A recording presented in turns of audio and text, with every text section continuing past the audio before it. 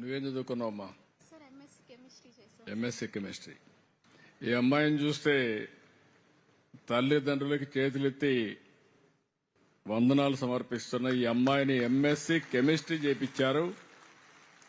రెండో అమ్మాయి బీటెక్ చేసి civil engineer sir, NIT partner civil engineer. ఇప్పుడు ఎన్ఐటికి వెళ్లి సివిల్ ఇంజనీర్ చేస్తా ఉంది. ఒక మామూలు కుటుంబం, అసాధారణమైన పట్టుదల. మగపిల్లలైనా ఆడపిల్లలైనా నాకు సమానం. ఈ పిల్లల భవిష్యత్తు చూడాలని చెప్పి ఆ తల్లిదండ్రులు కోరుకున్నారు. పిల్లలు కూడా శబాష్, మీరు నిరూపించుకున్నారు. మిమ్మల్ని మనస్ఫూర్తిగా అభినందిస్తున్నా.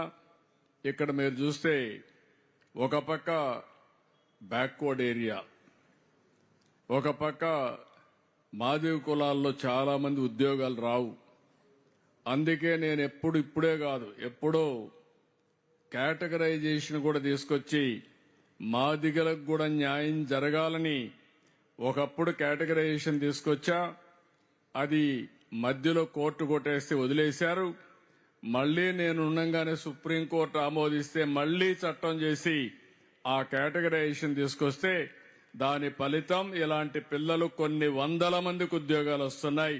నేను గర్వపడుతున్నానని చెప్పి మరొక్కసారి తెలియజేసుకుంటూ, ఏమమ్మా నీకు మంచి ఉద్యోగం వస్తుంది, ఇంకా బాగా చదువుకుంటే ఇంకా పై ఉద్యోగాలు కూడా వస్తాయి. మీ చెల్లెలు కూడా వెళ్లిపోతుంది. ఇద్దరు పెళ్లిళ్ళు చేసుకుని వెళ్లిపోతారు. మీ అమ్మా నాన్న కథ ఏంటి? ఖచ్చితంగా అమ్మ నాన్నలకు మేమే మగబిడ్డలను చదివిపించారు కాబట్టి మేము వాళ్ళకు అండగా ఉంటాం సార్. ఖచ్చితంగా. నమ్మకమేనా? అవును సార్. చేయకపోతే సార్ నేను పట్టుకుంటా ఎక్కడ ఉన్నా నిన్ను మళ్ళా.